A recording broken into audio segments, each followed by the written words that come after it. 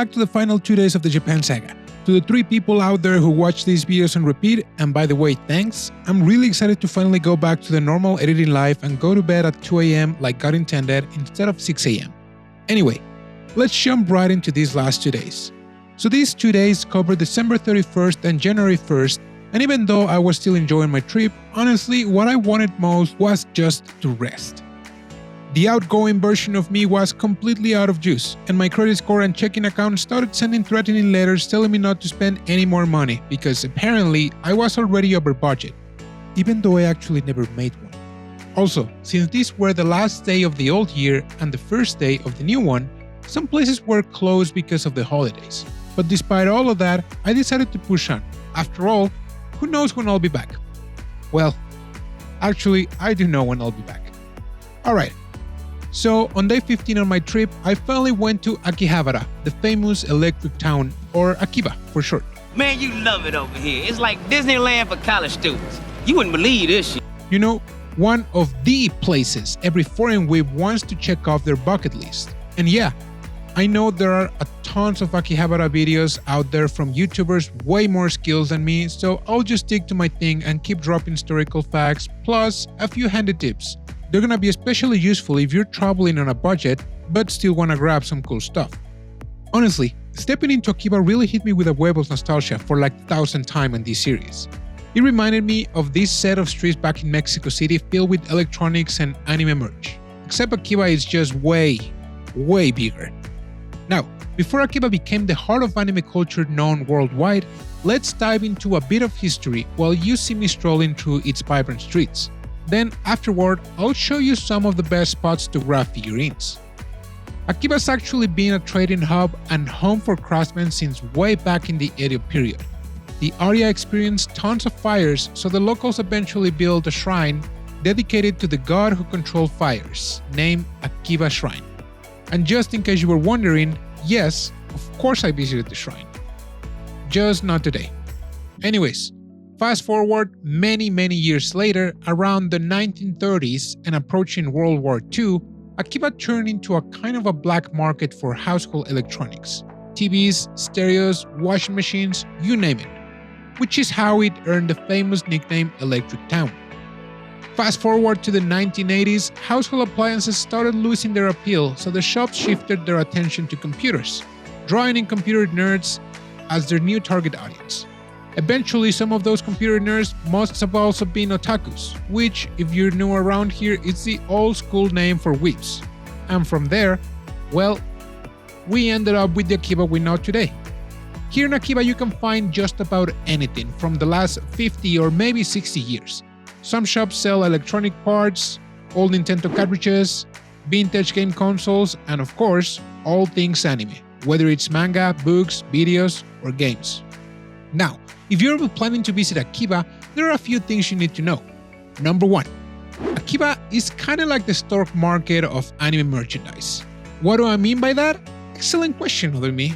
Basically, it means that prices vary widely from store to store. And if you are newer weeb whose favorite anime is something like Jujutsu Kaisen, Chainsaw Man, Dadadan, Demon Slayer, or basically any anime from the last 5 years, you'll have plenty of shops to choose from. But you gotta be patient, my little grasshopper. Of course, if your budget isn't an issue, feel free to grab the figure the moment you spot it. But if you're looking for some sweet deals, it's best to invest a bit of time hunting around. For example, I found some Fern and Frieren figures priced anywhere from 2,000 yen to 8,000 yen. I mean, I personally got those two for about 3,000 yen each from a claw machine back in Osaka, but you get the idea. Number 2. The price fluctuation still applies to popular classic anime like Evangelion, Dragon Ball Z, or One Piece. You'll notice prices for the exact same figures varying a lot from store to store, so again, make sure to shop around until you find the best deal. Number 3. Occasionally, you'll find stores that have special sales or even exclusive figures, but these deals often come with a 1 per person limit. If you stumble across something like that, chances are that's gonna be your best price.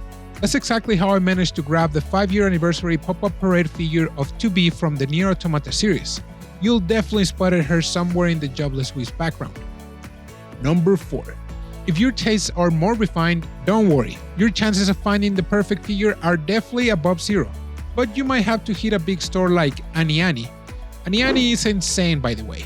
It's got like 7 floors of figurines, all brand new, ranging from clearance bins tucked away in the corner of each floor where figures go as low as 500 yen to ultra premium ones priced at 50,000 yen or more. Honestly, after seeing the price tag, I didn't even dare to look for anything more expensive. Number 4. Just kidding, just making sure you're still paying attention, because we're actually number 5 now. If after all your searching you still haven't found the figure you're hunting for, don't despair, little grasshopper. The chance of it not existing is still not zero. You might have better luck at a used figurine shop. There's a good one located in Radio Kaikan building. Shopping there works like this. Grab a piece of paper, they have them near the shelves, and write down the figure's location, price, and quantity you want. The same principle applies here as everywhere else. It's a dog-eat-dog world, so prices can vary even within this shop. But I feel like I've stressed this enough already, so I'm gonna stop. Once you've written down the figures you want, just head over to the employees near the cashier. Since you probably don't speak Japanese, just wave your piece of paper around like a madman and hope they understand you're ready to start a trade.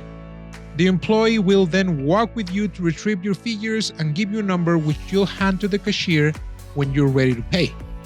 And finally, number 6. And honestly, this one probably should have been number 1, because it applies to lots of things you buy in Japan. But I personally use it the most when buying figures. It's called tax-free shopping. And basically, if you spend past a certain amount, you don't get charged sales tax. Depending on what you buy, this means you could end up getting 1 or even 2 extra figures with the savings. It's a pretty sweet deal. All you have to do is show your passport at checkout and boom, tax-free. Other than that, if you visit Akihabara, go crazy. Explore as many stores as your time and money allow. And that's it? You might be thinking, no Maid cafes? I'd be insulted if you didn't. Of course! I knew a complete Akihabara experience wouldn't be complete without at least visiting a cafe for the true men of culture. So yes, I did go to a Maid cafe. It's the law! I don't know what your perception from anime is, but a Maid cafe is actually just like any other restaurant. The waitresses simply wear much more elaborate uniforms, and aside from serving food, they provide entertainment. They'll hold mini concerts, take pictures with you, drag you ketchup animals on your omurice, or even cast a moe moe kyun spell on your food to make it taste extra delicious. Now, I refuse to show you the full experience like I did with the ramen video, but there are some etiquette rules you should definitely know if you ever go to a Maid cafe. First, no recording of the maids is allowed, which is why you only see footage of me. Pictures with the maids usually aren't permitted either, unless you specially pay for one. Second, you'll typically have about 90 minutes to enjoy yourself. After that, it's time to pay and be on your merry way. Depending on the cafe, you might even have special signals to get the maid's attention. At the one I visited, I literally had to tell nya nya and make cat paws with my hands.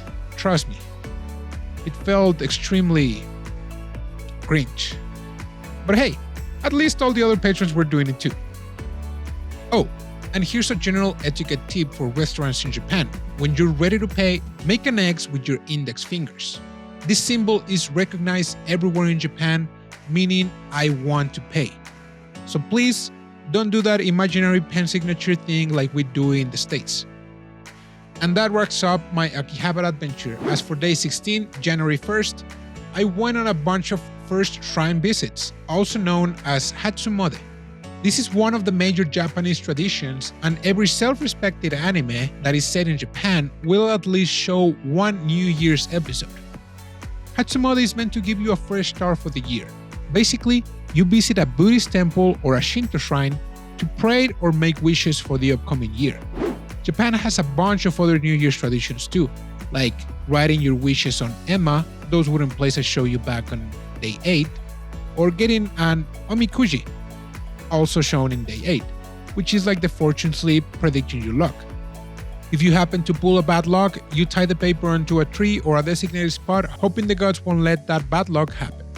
There are tons of shrines that draw big crowds, and today I'm gonna take you to to some shrines you might recognize from anime, especially from the Love Live series. The first shrine I visited was Kanda Shrine. It's actually super close to Akihabara and famously appeared in the first anime Love Live School Idol project, where Nozomi Tojo worked as a shrine maiden.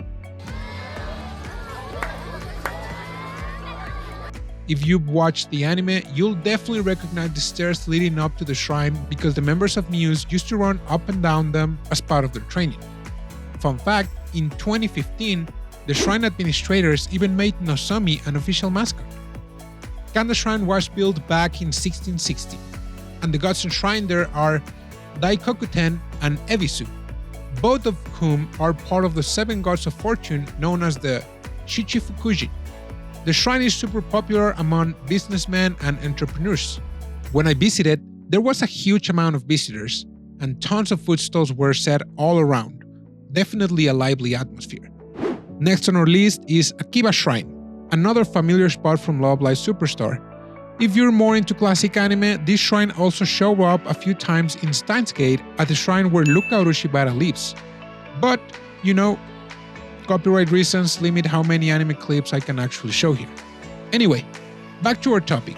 Since this shrine was originally built to ward off fires, every December 16 they hold a special festival.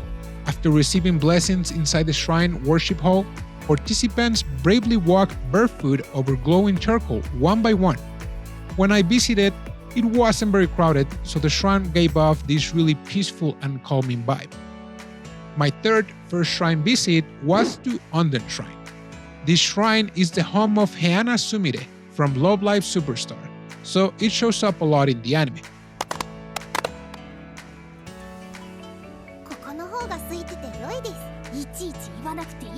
The shrine wasn't crowded either, but it was definitely my favorite. Partially because Superstar is my favorite of the Love Live series, but mostly because it had something called Chinowa Kuguri, or straw circle. The straw circle is usually a summer purification ritual held at the end of June, but here at the Onden Shrine, it's a special New Year's purification ritual. According to tradition, walking through the ring cleanses your sins, wards off illnesses, and even adds 1,000 years to your lifespan. To participate, here's what you have to do. You start by chanting these words. Those who perform the New Year's purification will have a spring of longevity. It is said that I will welcome you. Somin Shorai, Somin Shorai. As you chant these words, you bow once, pass through the circle and turn left.